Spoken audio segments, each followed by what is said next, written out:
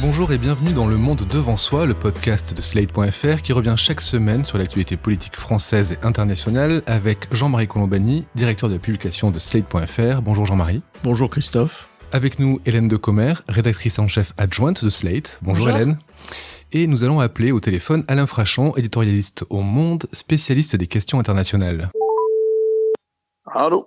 Oui, bonjour Alain. Bonjour Christophe. Merci d'être avec nous. Aujourd'hui, nous allons parler d'un débat qui empoisonne la France depuis 30 ans. 30 ans que la France se débat avec le voile. En 1989, une première polémique avec Leïla, Fatima et Samira, 3 ados de Creil, exclus de leur collège pour port du voile.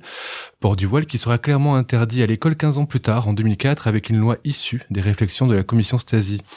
En 2008, c'est l'affaire Babilou, du nom de cette crèche dont Fatima Afif est renvoyée après avoir refusé de retirer son voile sur son lieu de travail. 2010, loi sur la burqa. 2016, hystérie autour du burkini. Puis, début 2019, en février, hystérie autour du hijab de running proposé par Decathlon. En septembre, c'est la FCPE, l'association de parents d'élèves, qui fait réagir avec une campagne sur le thème des mères voilées lors des sorties scolaires. Et en octobre, c'est une vidéo que vous avez sûrement tous vue au Conseil régional de Bourgogne-Franche-Comté, quand tout d'un coup, un conseiller régional RN, Julien Audoul, s'illustre. Je vais vous demander, s'il vous plaît, au nom de nos principes laïques, de bien vouloir demander à l'accompagnatrice qui vient de rentrer dans cette salle de bien vouloir retirer son voile islamique, s'il vous plaît. Alors le happening de ce conseiller régional a relancé une énième polémique et cette semaine, le Sénat a voté l'interdiction du port du voile lors des sorties scolaires. 30 ans de débat, donc de polémique, et cette phrase du président Macron le 23 octobre à la télé réunionnaise. Le port du voile dans l'espace public n'est pas mon affaire. C'est ça la laïcité. Le port du voile dans les services publics, à l'école, quand on éduque nos enfants, c'est mon affaire. Alors, si ce n'est pas l'affaire du président, le port du voile dans l'espace public est visiblement l'affaire d'une grande partie des Français. Question simple, mais réponse très certainement complexe. Pourquoi le voile rend ce pays complètement fou, Jean-Marie ? On est pris entre deux feux, au fond. On est toujours dans une double pression. Il y a d'un côté la pression des fondamentalistes et des salafistes qui cherchent à capter un maximum de musulmans autour d'eux et qui clivent et qui font un clivage volontaire à l'intérieur de la société française. Et puis il y a la pression de celles qui jouent sur les peurs et qui, au nom du respect de la communauté nationale, tentent à faire précisément l'amalgame entre islam, musulmans, terroristes, etc. Et c'est cette double pression dans laquelle nous sommes depuis tant d'années qui est dommageable. Et ce qui est terrible, c'est que on a l'impression d'être un peu les jouets de ceux qui jouent sur la peur en permanence. Le récent mouvement d'unanimité pour condamner l'attaque contre la mosquée de Bayonne vient illustrer parfaitement cette hypocrisie. Tout événement, le moindre petit événement qui se présente, on s'en saisit pour exploiter les peurs. Et donc c'est cela la tenaille dans laquelle au fond nous sommes les uns et les autres. Mais est-ce que je me trompe si je vous dis que j'ai l'impression qu'il y a 30 ans, c'était un sujet qui était plutôt instrumentalisé par la droite et l'extrême droite et que maintenant, ce sujet a un peu conquis tous les clans politiques et toutes les composantes politiques françaises. Il reste quand même majoritairement exploité par l'extrême droite et la droite. Alors, vous avez évoqué tout à l'heure l'interdiction votée par le Sénat. Le Sénat, c'est la majorité de droite qui vole au secours de ce qui était auparavant l'apanage du Front National. Il faut préciser aussi que vraisemblablement à l'Assemblée nationale, ce texte ne sera pas adopté, puisque la majorité est différente à l'Assemblée nationale. Donc on est toujours quand même dans un espace qui est dominé par les idées qui au départ étaient celles de l'extrême droite et qui sont aujourd'hui partagées par la droite. On voit quand même des gens comme Manuel Valls avoir des positions qui sont très strictes sur le voile. On voit aussi le Printemps républicain, qui est une émanation du centre-gauche, avoir aussi des positions très fermes sur la laïcité. Est-ce que c'est nouveau, ça ? Non, ça n'est pas nouveau. Là, simplement, au lieu d'aller vers l'apaisement et la discussion, on va plutôt vers une forme de radicalisation. Mais ça n'est pas nouveau. Déjà, Manuel Valls, lorsqu'il était Premier ministre, était aussi déjà sur ses positions. Il y a une part du camp laïque qui est un camp laïque très ferme et très radical. Mais ça n'englobe pas nécessairement toute la gauche. Ça fait partie de la gauche, ça fait partie aussi de la droite, mais ça n'englobe pas nécessairement toute la gauche. Alain, vous qui voyagez beaucoup, est-ce que vous pourriez dire que la France est le seul pays dans lequel le débat autour du voile, autour de la laïcité de manière générale, est aussi crispé, voire aussi hystérique? Écoutez, si on prend les démocraties occidentales aujourd'hui, oui, il y a une spécificité française qui est liée à l'histoire. En France, l'Église catholique, la religion dominante, qui se confondait avec l'Ancien Régime, a été contre la Révolution. Et donc, si vous voulez, elle a été réactionnaire au sens premier du terme. Elle voulait lutter contre la Révolution et revenir à un ancien régime qui lui donnait une place prépondérante. Dans la plupart de l'Europe du Nord, dans l'Europe protestante, ça n'a pas été le cas. Au contraire, aux États-Unis ou ailleurs, l'Église protestante accompagne la Révolution ou l'équivalent de la Révolution. Il y a donc une spécificité française qui organise la séparation de l'Église et de l'État. C'est la loi de 1905. Alors, elle n'organise pas une laïcité obligatoire qui serait comme une religion d'État. Non, elle protège aussi les religions, mais elle impose une neutralité religieuse, notamment à l'intérieur des services publics. Alors, si vous allez à Londres ou à Washington ou à New York, le jour où les enfants ou les écoles visitent les musées, vous verrez des parents d'élèves, les uns ont le turban sikh, des femmes indiennes ont une tache rouge sur le front, des femmes musulmanes portent une sorte de passe-montagne ou une sorte de voile très léger, etc. Donc, il y a une spécificité française. Qu'on en vienne à discuter de l'interdiction de signes religieux vestimentaires ou ostentatoires dans la rue, c'est impensable, effectivement, aux États-Unis, dans toute l'Europe du Nord. En Allemagne, je ne sais pas. Mais en Grande-Bretagne, oui, c'est certainement impensable, dans la mesure où, en France, il y a aussi une forme d'intégrisme. Il y a une interprétation intégriste de la loi de 1905, et on l'a bien vu, vous l'avez rappelé tout à l'heure, avec une proposition de loi votée au moins au Sénat, interdisant le port du voile pour les femmes ou les mères d'enfants qui accompagnent une sortie à l'école. Ça, c'est impensable, oui, en tout cas en Grande-Bretagne et aux États-Unis.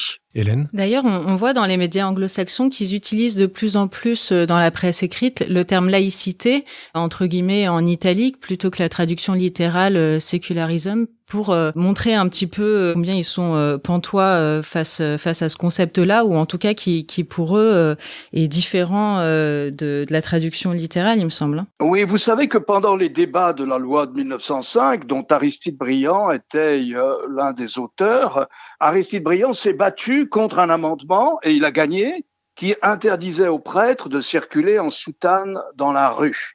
Donc, vous voyez, le débat ne date pas d'hier, mais c'est Briand qui a gagné et qui avait cette très belle formule qui disait « La loi doit protéger la foi aussi longtemps que la foi ne prétend pas dire la loi ». Jean-Marie, vous parliez tout à l'heure de la peur, des peurs instrumentalisées. Dans un article publié hier sur Slate, l'écrivain Julien Ciodo parle, lui, du voile comme d'un symbole qui traduit un dérangement à la fois monumental et souterrain, celui de la peur primitive de perdre sa place dans le monde au profit de l'autre. Il estime que les Français ont cette peur, consciente ou inconsciente. Cette peur existe, on ne peut donc pas l'ignorer. Comment la traiter ? La peur existe, elle a d'ailleurs été mesurée récemment par un sondage dans le journal du dimanche, je crois, qui était un sondage d'une dureté incroyable, où tous les items se traduisaient par interdiction pratiquement. Il fallait à la limite interdire l'exercice par les croyants de la religion musulmane. Donc on en est là, c'est ça qui est assez terrible. Évidemment que la seule réponse possible, c'est de travailler à l'intégration. Mais travailler à l'intégration, ça veut dire il faut qu'on soit deux. Il y a ceux qui veulent être intégrés, mais ils doivent aussi être accueillis par ceux qui sont là. Or, on est dans une société où, à l'inverse de cette nécessité d'accueil, grandit l'intolérance, grandit des formes de radicalité, avec le mot qu'il ne faut jamais prononcer, qui est le mot amalgame. Mais qui est bien là, avec un amalgame permanent entre religion musulmane et on débouche sur le terrorisme. Or, il faut intégrer non pas l'islam, mais il faut intégrer les musulmans. en tant qu'individu, en tant que citoyen.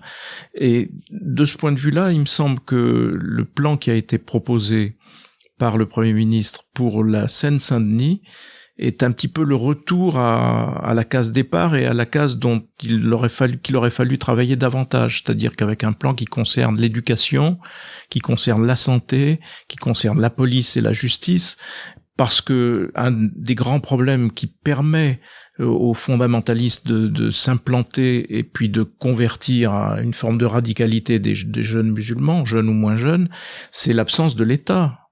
Et c'est le fait que des pans entiers de la vie sociale ont été délaissés dans des quartiers de nos villes. Dire cela en même temps, c'est provoquer aussitôt en face, si j'ose dire, des réactions du type « mais alors vous faites beaucoup pour eux et rien pour nous ». Donc c'est une difficulté très grande pour ceux qui dirigent et pour ceux qui gouvernent. Finalement, on peut se demander quand même si en faisant du voile un tel sujet de crispation, en demandant à celles qui le portent de le retirer pour s'intégrer, on les pousse pas justement à se désintégrer. On crée pas justement une volonté de sécession ou de port du voile non plus comme un objet religieux, mais comme un objet politique. Alain ou Jean-Marie? Moi, je peux vous donner un tout petit élément de réponse. C'est très difficile d'être péremptoire sur cette question-là. Vous pouvez dire que l'école, que la sortie scolaire, c'est le prolongement du service public et que donc les règles du service public, neutralité religieuse, pas de signe ostentatoire de religion s'imposent. Alors vous allez interdire à une mère musulmane d'aider à faire traverser les enfants qui vont au musée Grébin.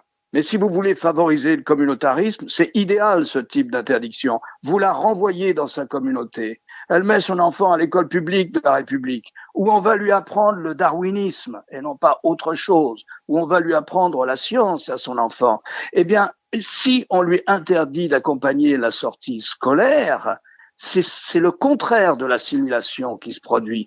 Vous la rejetez, vous l'enfermez dans sa communauté. Vous savez, il y a une interprétation intégriste de la laïcité qui ne fait que favoriser l'islam politique. Mais je vais vous donner deux petits exemples historiques, si je peux encore dire un mot là-dessus. Prenez la Turquie d'Atatürk. On interdit à coups de bâton le port du voile et le port du fez pour les hommes. Eh bien, un siècle plus tard, vous avez Erdogan au pouvoir, c'est-à-dire un parti islamiste au pouvoir. Prenez l'Iran du Shah. On interdit à coups de bâton le port du voile, etc., etc. Eh bien, vous avez aujourd'hui la République islamique où les femmes se battent pour enlever le voile. Ambiguïté, difficile d'être péremptoire. Bien sûr que c'est difficile d'être péremptoire parce que partout où le voile est obligatoire, vous avez un pays qui n'est pas démocratique. Moi, je souscris aussi à l'argument du président de la République, invoqué à l'écoute des mères concernées, et qui consiste précisément à dire que, en effet, les jeunes femmes qui accompagnent les sorties scolaires voilées ont choisi de scolariser leurs enfants, alors que la hantise des mères, c'est la déscolarisation, et que la radicalité passe par la déscolarisation.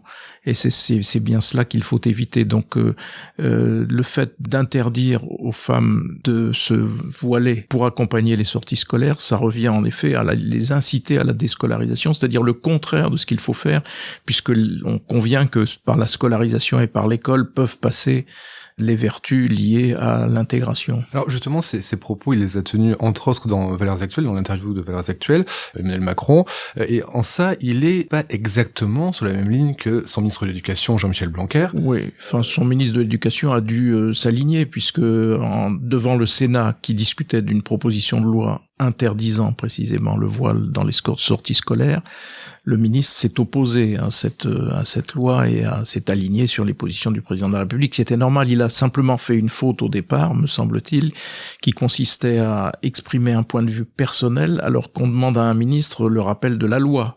Et la loi, elle interdit le voile à l'école, mais elle n'interdit pas le voile dans les sorties scolaires. Au-delà d'un plan légal, on a quand même l'impression qu'il y a une grande diversité d'opinions dans la République En Marche et au sein du gouvernement. On voit les différences entre Aurélien Taché, par exemple, et Blanquer. On voit les altermoiements du président. On a l'impression que le gouvernement et la République En Marche n'étaient pas du tout préparés à ce débat et qu'ils ont été un peu débordés par cette énième polémique. Oui, incontestablement, ils sont débordés et divisés, mais comme cette ligne de partage aussi traverse d'autres familles politiques, et vous dites ils n'étaient pas préparés, et ils n'étaient pas préparés à grand-chose, les élus d'En Marche.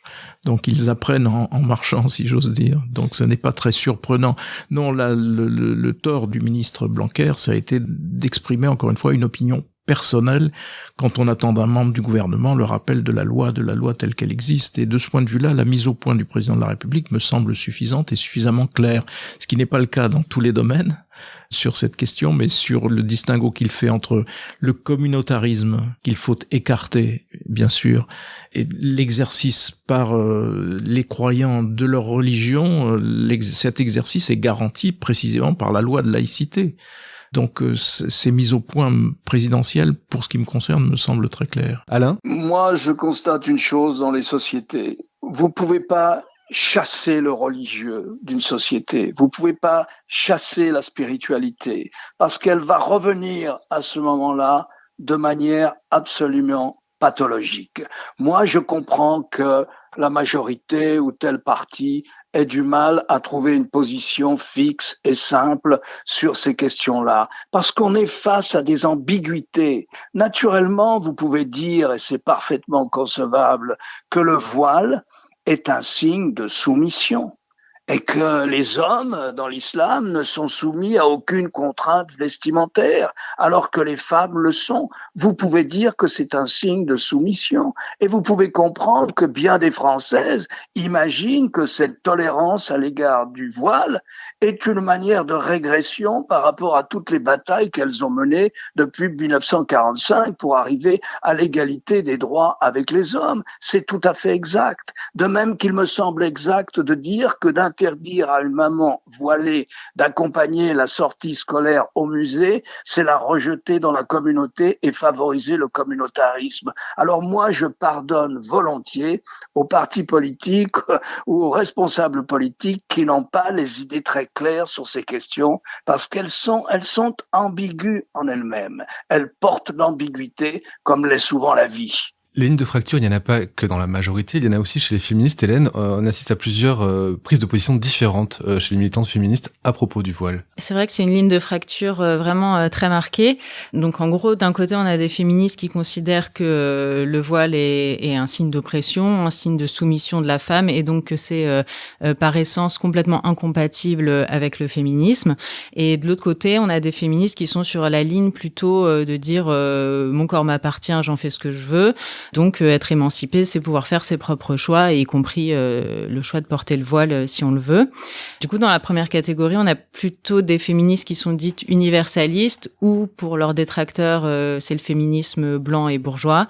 Donc ça va être Elisabeth Badinter, Laurence Rossignol, Isabelle Alonso par exemple. Et dans la deuxième catégorie, c'est un peu le nouveau féminisme, le féminisme troisième voie, un peu plus nouvelle génération, plus inclusif, intersectionnel. Et là, il y a des figures comme Rokhaya Diallo, comme Mona Chollet, comme Aboula Soumaoro, Christine Delphi, etc. Mais c'est effectivement un vieux serpent de mer au sein des féminismes. Hélène, il y a une voix qu'on n'entend pas, c'est celle des personnes concernées, les femmes voilées. Elles sont rarement invitées sur les plateaux télé, et quand elles le sont, souvent, elles refusent d'y aller par peur du traquenard.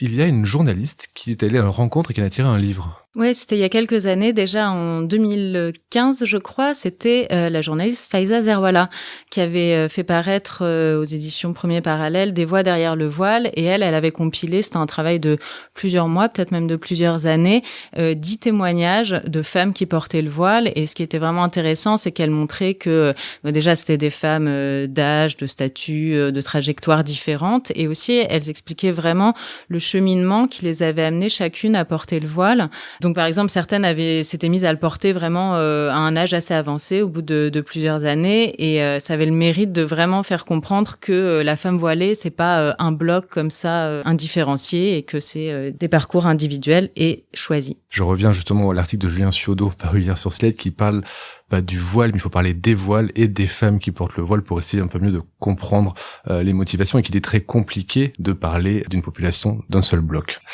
Jean-Marie, Alain, Hélène, merci beaucoup. On se retrouve la semaine prochaine pour un nouvel épisode du Monde devant soi. Vous venez d'écouter Le Monde devant soi, un podcast Slate.fr à retrouver tous les samedis matins sur Slate.fr ou sur votre application de podcast préférée. Si vous avez aimé, n'hésitez pas à vous y abonner et à nous mettre 5 étoiles.